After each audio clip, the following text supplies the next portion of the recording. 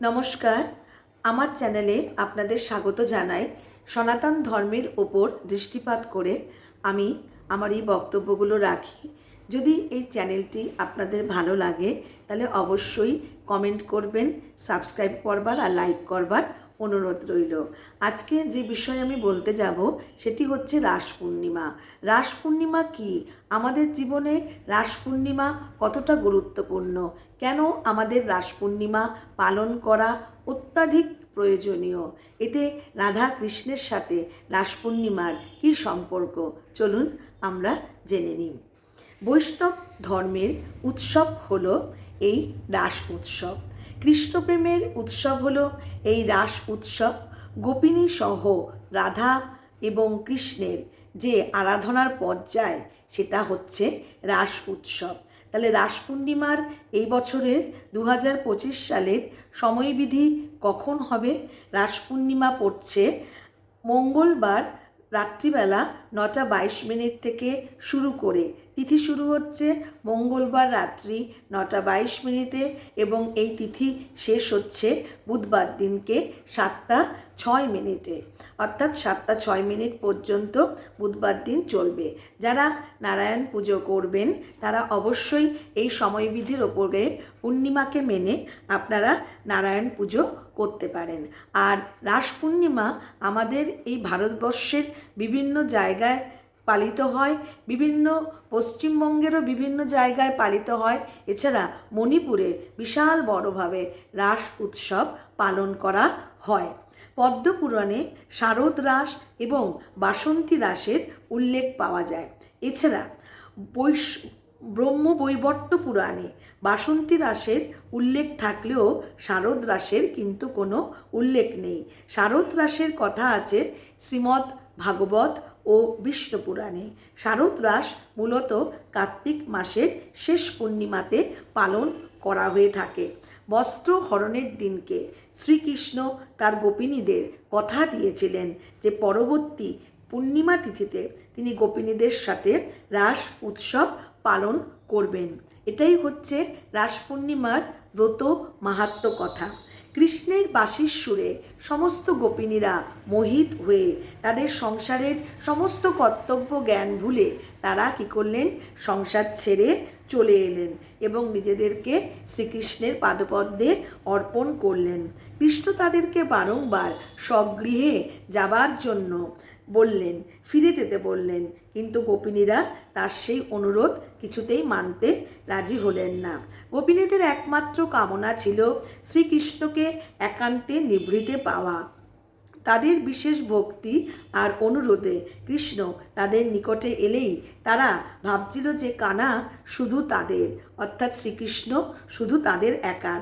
যখনই এরকম ভাবতে শুরু করলো গোপিনীরা, তখনই কৃষ্ণ তাদের থেকে দূরে সরে যাচ্ছিল আর গোপিনীরা গভীর বিরহে কাতর হয়ে পড়ছিল। ভগবান কারোর একার সম্পত্তি হতে পারে না, ঈশ্বর কারোর একার নয়, ঈশ্বর সকলের, ঈশ্বর সবার জন্য। এই সার কথা বোঝানোর জন্যই কৃষ্ণ রাসলীলা গোপিনীদের সাথে করেছিলেন। গোপিনীরা ভক্তিভাবে আচ্ছন্ন হয়ে যখন শ্রীকৃষ্ণের এই সার কথা অনুধাবন করতে পারল, তখন তিনি যতজন গোপিনী ততজন কৃষ্ণ হলেন, অর্থাৎ প্রত্যেকটা গোপিনী আলাদা আলাদা করে স্বয়ং ভগবান শ্রীকৃষ্ণকে পেল এবং তাদের সাথে রাসলীলা করতে শ্রীকৃষ্ণ শুরু করলেন। এই রূপে সকলের মধ্যে রাস নৃত্য হলো। রাস উৎসব মূলত জীবাত্মার সাথে পরমাত্মার মিলনের কথা। এটি দৈনন্দিন জীবনের সুখানুভূতিকে আধ্যাত্মিকতায় রূপায়িত করার উৎসবই হলো রাস উৎসব। মানুষের প্রেম প্রবৃত্তিগুলোকে প্রেম সূচক করে তোলার উৎসবই হচ্ছে রাস পূর্ণিমা। জনশ্রুতি আছে বৈষ্ণব মতাদর্শের প্রবক্তা শ্রী চৈতন্যদেবের হাত ধরেই এই উৎসব প্রথম শুরু হয়। এই উৎসব 16 শতকের দিকে নবদ্বীপে শুরু হয়, কিন্তু শ্রীকৃষ্ণের শ্রী চৈতন্যদেবের পরবর্তী সময়ে এই রাস নবদ্বীপে কিছুটা প্রাধান্য কমে যায়। রাসের নবদ্বীপে রাসের প্রাধান্য শ্রী চৈতন্যদেবের অন্তর্ধানের পরে কমে যায়। কিন্তু সত্যরাস মূলত মদ, মাংস এবং আড়ম্বরপূর্ণ জৌলুস সমৃদ্ধ উৎসব। আর এই রাস আমাদের ভারতবর্ষের মথুরা, বৃন্দাবন, নবদ্বীপ, নদিয়া এবং শান্তিপুরে বিশাল বড়ভাবে পালন করা হয়। এবং আমি প্রথমেই বলেছি, মণিপুরে বিশাল বড়ভাবে রাস উৎসব পালন করা হয়। এই সময় অঞ্চলভেদে কত্থক, ভারতনাট্যম, ওড়িশি, মণিপুরী প্রভৃতি শাস্ত্রীয় ও লোকায়ত নৃত্য সুষমার ব্যবহার করা হয় এই রাসলীলার সময়। তো রাস অত্যন্ত জাঁকজমকপূর্ণ উৎসব।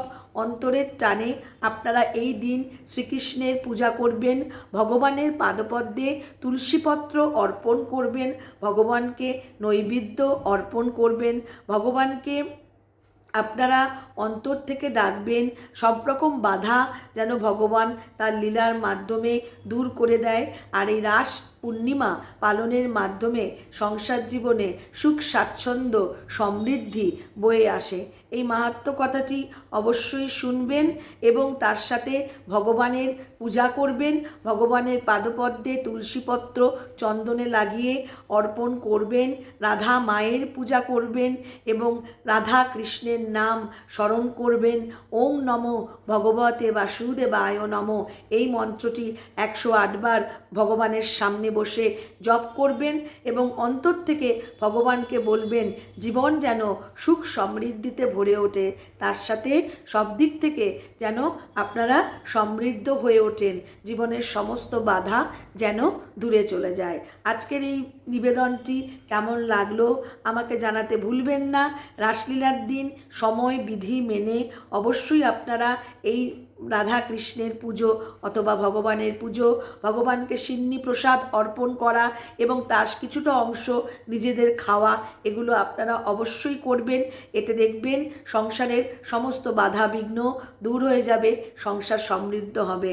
আমার এই ধর্ম তথ্যাদিমূলক আলোচনাটি যদি সত্যি আপনাদের ভালো লাগে তাহলে অবশ্যই লাইক, কমেন্ট আর সাবস্ক্রাইব করবার অনুরোধ রইল এবং অবশ্যই পরবর্তী ধর্মীয় যে আলোচনা সেটি শুনতে ভুলবেন না। তার জন্য আপনাদের বেল আইকনটি অবশ্যই টিপে দিতে হবে, তাতে প্রত্যেকটি নোটিফিকেশন আপনারা পেতে পারেন। নমস্কার।